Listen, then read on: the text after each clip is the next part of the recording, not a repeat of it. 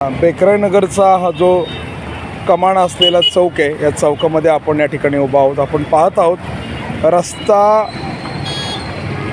प्रचंड मोठ्या प्रमाणात खराब झालेला आहे. मोठे मोठे खड्डे पडलेत आणि मुळामध्ये या चौकामध्ये जो सिग्नल होता, तो सिग्नल वाहतुकीचा सिग्नल होता, तो काढलेला आहे. त्याच्यामुळे अनेक दुचाकी चालक असतील किंवा रिक्षा चालक असतील, 3 व्हीलर असतील, 4 व्हीलर असतील, अशा या वाहन चालकांना या ठिकाणी रस्ता क्रॉस करायचा असेल तर अनेक अडचणींचा सामना करावा लागतो.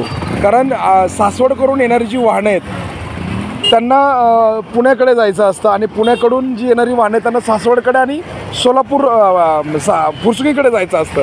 आता बघा ही बस आलेली आहे. या बसला ज्यावेळेस त्याला रस्ता क्रॉस करायचा आहे त्यावेळेस समोरची येणारी वाहन आहे, हे दोघांची समोरासमोर अपघात होण्याचा शक्यता दाट आहे.